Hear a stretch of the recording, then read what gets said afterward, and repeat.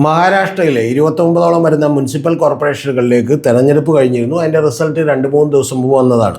പക്ഷേ ചില സൗകര്യങ്ങൾ കൊണ്ട് എനിക്ക് വീഡിയോ എടുക്കാൻ കഴിഞ്ഞിരുന്നില്ല. അതുകൊണ്ടാണ് നമ്മൾ അതിനെക്കുറിച്ചൊരു വീഡിയോ ഇപ്പോൾ എടുക്കേണ്ടതിൻ്റെ ആവശ്യം മുംബൈയിൽ ഏതാണ്ട് ശിവസേന തകർന്നിരിക്കുന്നു എന്നൊരു പ്രചരണമാണ് നാഷണൽ മീഡിയകളും അതുപോലെ നമ്മുടെ മലയാളം മീഡിയകളും ഒക്കെ തന്നെ കൊടുത്തിട്ടുള്ളത്. പക്ഷെ അതിലെത്ര വാസ്തവമുണ്ട് എന്നുള്ളതാണ് നമ്മുടെ ഈ വീഡിയോ പരിശോധിക്കാൻ പോകുന്നത്.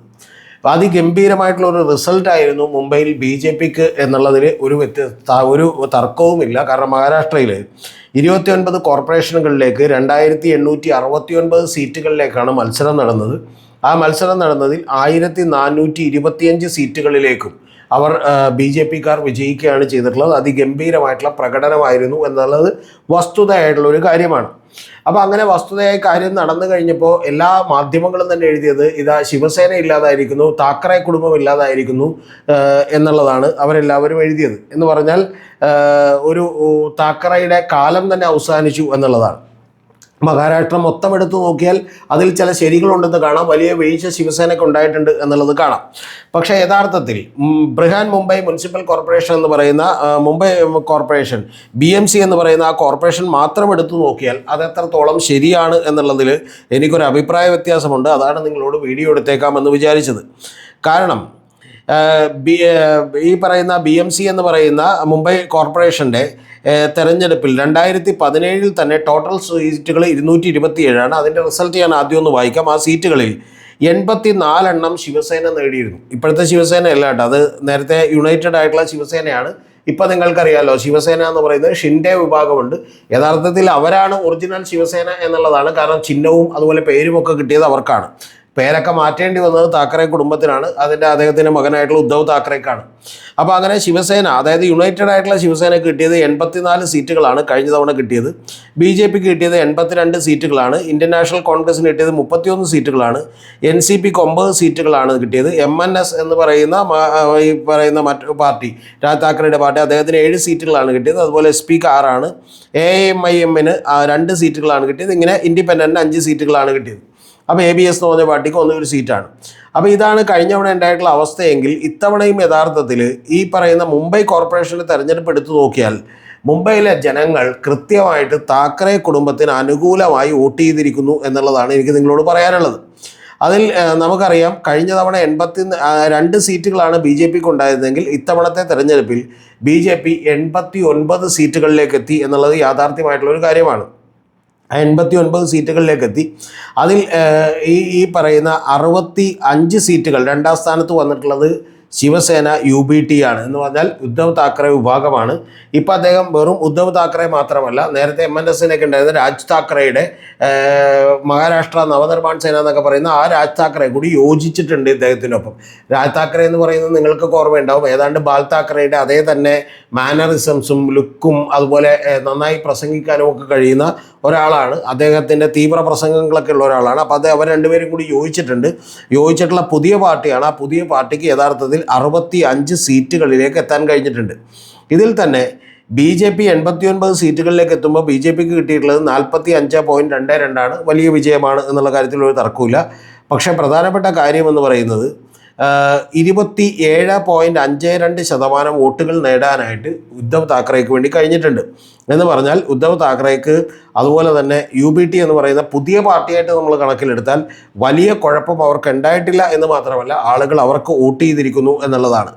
അതേസമയം യഥാർത്ഥ ശിവസേന, അതായത് ശിവസേനയുടെ പേരും ഈ ചിഹ്നവും ഒക്കെ കിട്ടിയിട്ടുള്ള ശിവസേന ഷിൻഡെ വിഭാഗത്തിന് 29 സീറ്റുകളിലേക്കാണ് ഒതുങ്ങിയിട്ടുള്ളത്. ശിവസേന വിഭാഗം തന്നെ. ആ ശിവസേനയ്ക്ക് കിട്ടിയിട്ടുള്ളത് 10.48% വരുന്ന വോട്ടുകളാണ്. 10.48% മാത്രം വരുന്ന വോട്ടുകളാണ്.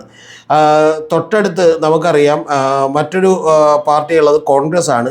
കോൺഗ്രസ്സിന് 24 വരുന്ന സീറ്റുകൾ കിട്ടിയിരുന്നു. അവർക്ക് കിട്ടിയിട്ടുള്ളത് 9.61% വരുന്ന വോട്ടുകളാണ്.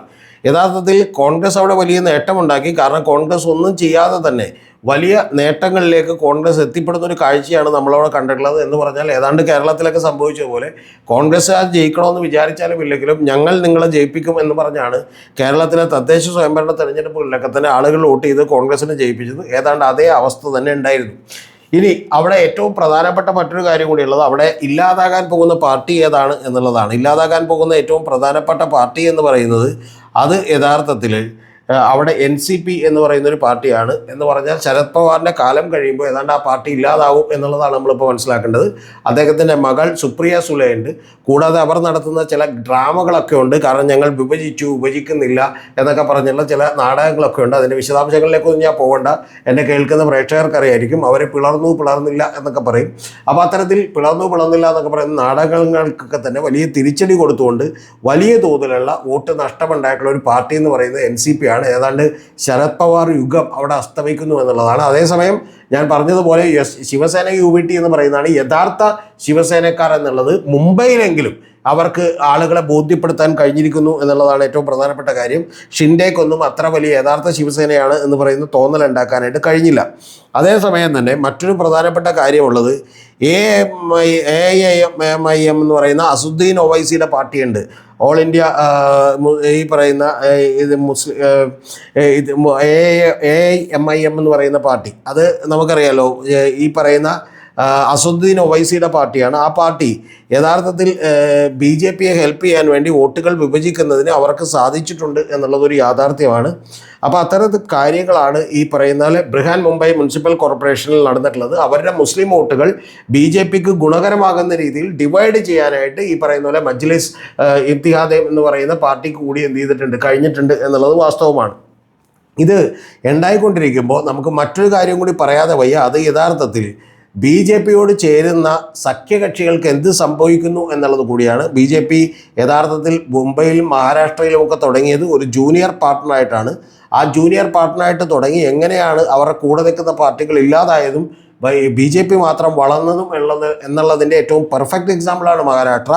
നേരത്തെ നമുക്ക് പഞ്ചാബിലും ഇതുപോലെ കണ്ടിട്ടുണ്ട്. അകാലിദളിൻ്റെ കാര്യത്തിൽ ഇത് സംഭവിച്ചിട്ടുണ്ട്.